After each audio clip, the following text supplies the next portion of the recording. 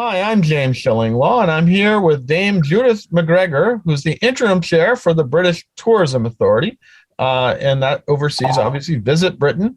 And we're here, it's actually right now, they are holding Explore GB, which is their annual trade show, but this year it is a virtual format. I'm attending virtually, but we're having this interview, obviously, virtually as well. I wish I was there in Britain. And we're going to talk to Dame Judith about British tourism right now. I have been there since the pandemic sort of began to ease, and it is a wonderful place to visit, incredible. We're going to find out about all that and more on Insider Travel Report. First of all, Dame Judith, how are you and where are you? London, at the VB offices, looking out actually on Victoria, and it's an extremely sunny day. We're due for a whole week of sunny weather, so even more reasons to come and catch it while you can. Yeah, no, it's beautiful. Europe is great now. Spring has sprung, as they say, and I think we're finally here. Now, let's talk a little bit about the tourism numbers, what they look like so far for Britain. It is a little early for 2022, but what are they looking like so far in comparison, obviously, to last year? Well, I mean, last year obviously was a difficult year. We look back on the sort of the heights of 2019, where we had 40 million visits to the UK and something like 28 billion pounds of spend. And last year was obviously much lower than that. But it's looking very good, I have to say. I obviously consulted all the figures people before beginning the interview, and I think we're having the highest numbers now that we've had in terms of forward bookings to the UK for 2 years. So that's brilliant. And if it continues, and we hope obviously not only that it will continue, but maybe it will snowball, then basically we're looking probably at getting to about 21 million visits this year, which is obviously about half of what we achieved in 2019. But I think all things considered, that would be a very good total, but we're very up for doing more. And basically, I think especially from the United States, that's looking really very strong. We're probably only about 30% down from where we would have been in 2019. So I think you can sort of see that there's a lot of confidence, particularly in Europe and North America, to come to the UK. And I'm not surprised, because we have obviously a very big year ahead of us still for things to offer to the tourists. Yeah, you have a lot of things coming up, and we'll talk about that for a second or two. But what's changed recently? I know when I was over there in late November, I still had to do certain things in terms of the entry requirements. I had to fill out a health declaration. I had to get a test once I got there. But I believe that's gotten even easier right now, right? It has, yes, absolutely. I think two things have changed. One is certainly our entry requirements have completely changed. So vaccinated or non-vaccinated, you do not need any tests prior to coming to the UK, nor after you arrive in the UK, nor do you need to fill in any kind of relocator form backwards and forwards. So that's changed. We are probably as basically as open as we have ever been in terms of people being able to travel to us at short notice or longer notice. So that's very good news. I think secondly, the sense of pent-up demand, James, has just sort of increased over the last period. So, all of the countries that we're surveying, and America is no different, about 80%, even more of people are saying, yep, we do want to travel, and yes, we do want to travel overseas, but about 60%, maybe a little less, have not yet booked. So there's a certain wariness, a certain wish, obviously, that the market will be flexible enough that if something comes up unexpectedly, people can get flexible refunds or flexible changes of ticket. So that is important. But I think there's an increasing sense of confidence, undoubtedly, and the market is reflecting that. No, absolutely. We're seeing that. Now, I did want to ask you, because as we are speaking, you're launching your Explore GB, as I mentioned earlier, that when this appears, it will be over. But what do you hope to get out of this year's event in terms of tourism business? And I guess my other question is, do you expect Explore GB to return to the in-person format next year? Well, what we're expecting to get out of Explore GB this year is obviously a huge boost for all the things that we're trying to do, which is bring the trade and the trade together, buyers and sellers.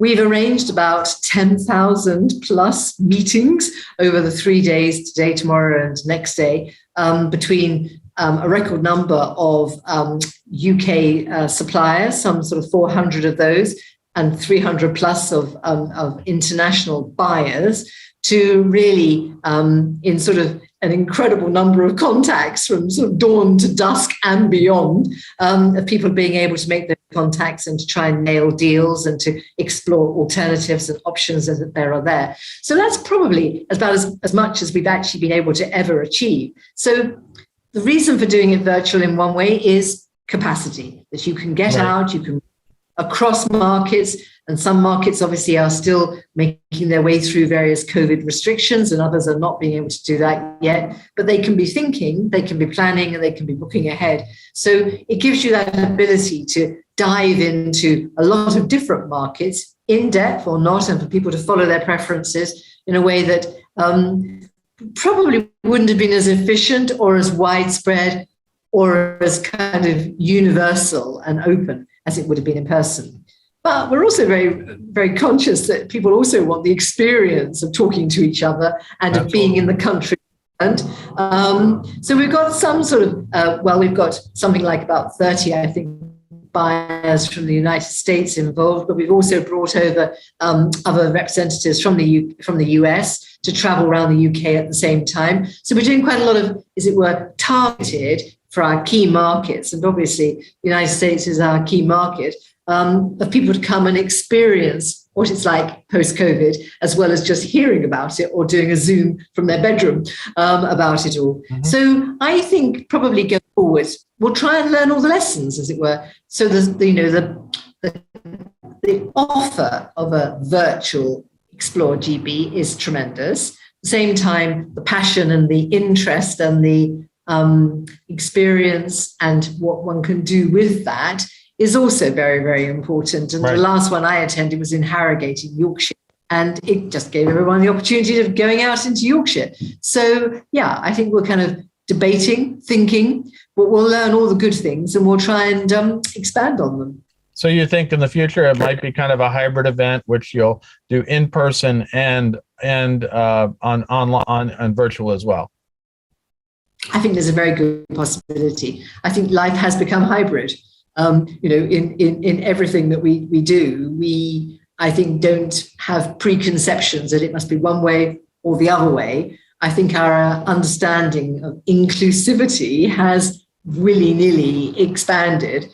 And why would you deny access to people? Sure. But at the same time, you might want to privilege certain things, and you might want to go further into depth with certain groups. So I see greater expansion of the capability, but also greater interest in going in depth. No, absolutely. And for me, I want to be back in person, but that's another story, because you have some amazing events, and the post tours I've gotten a chance to see new faces of Britain all the time. Now, I do want to talk to you a little bit about the themes for your tourism marketing campaigns heading into for this year, as well as something you briefly mentioned, some of the things that you hope to will help attract Americans to visit Britain this year, the special events we're talking about. But let's talk, what are the marketing themes for this year, and what are the big events that people should be keying on to actually drive more visitation to Britain? Well, I think the sort of specialness of the year obviously is characterized by being the 70th year of our Queen on her throne. And that Platinum Jubilee really is infusing the year in terms of events, some of them sort of high profile, London sort of big street parties and lunches around Buckingham Palace and so on. That'll be in early June. But already we have special exhibitions in all of the royal palaces, including the Imperial War Museum in London, which is particularly interesting about how conflict has affected the life of the Queen throughout her reign. And we have sort of the Tower of London with a big flower festival, which is going on to celebrate the Queen. So I think, visitors coming will be hard put to avoid joining in the general celebration and the general sort of sense of euphoria, if you like, in terms of community activities. And then it will just basically be present at all of our sort of big places and big attractions. So that's one thing, and that's not going to happen any other year. Another thing that's happening, obviously, this year is Commonwealth Games, which is being staged in Birmingham in July, August. And just as we found the Olympic Games, and indeed Glasgow and Manchester have also had big games in recent history, they are a fantastic opportunity, not just for new investment to go in and for sort of, community provision to kind of be accelerated, but just basically people to enjoy excellent entertainment and sport, at the same time as being able to combine that with getting to know more about Birmingham and the West Midlands, Shakespeare country, but also Coventry, our UK city of culture. And at the moment, a new festival has been launched in the 6 months up to the Games. That's the Birmingham Festival. Right. And I mean, like many cities in the UK, as you well know, our cities are an extraordinary now sort of collection of personalities, of different cultures, of different cuisines, of different traditions, history, but also the real present. So I think, that's why our marketing campaign, See Britain Differently, has very much focused on actually cities and experiences, which I think has become very much the name of the game in international tourism, has become so important. So yes, it's, seeing the Tower of London, but perhaps go down the Thames in a hot tub, or yes, go and sort of see the British Museum or Stonehenge, but maybe, also take tea on the top of the Shard, do something which is well known, but come at it from a different angle. I think that's kind of recognizing that we think that people who probably will be the first to travel post-COVID may well be the younger buzz seeker generation who are not necessarily seeking to bring their families or whatever, haven't got families, but are coming to get that photograph on Instagram or to sort of see something in a different way, climb the Tottenham Hotspur Stadium climb the sort of the O2 Stadium, climb the Tottenham Hotspur Stadium. I want to do that one. That really want to get. Okay, well, there you go. So those are sort of things I think that you don't necessarily associate with the great icons of sort of, coming to see British heritage. But I think it's kind of linked into that. And it's trying to profile, obviously, cities outside of London, cities that have had a tough time. So it's the Manchesters and the Liverpools and the Brightons and the Cardiff. And you'll be seeing perhaps some of that across the waves, across the pictures, across all the icons. So I think that's really an important part. It's doing things you can't do by Zoom, I realize. It's like, coming and experiencing the cuisine. So having that fabulous kind of, sort of Indian curry, or having that amazingly new, weird vegetarian, sort of amazingly tasty, but sort of unusual food, or it's having a really good fish and chips, which, you might have been thinking about for a while going to the Turner exhibition down in Margate. Mm-hmm. So it's kind of, just opportunity to see the place, experience something different, taste, sense, smell, do things differently. And I think that's really where we're making most of the effort, while at the same time, highlighting lots of other things that are going on. And perhaps just to finish that off, we've also got something called Unboxed, which is a sort of an amazing creative series of events across Britain over 6 months, starting, in fact, in March.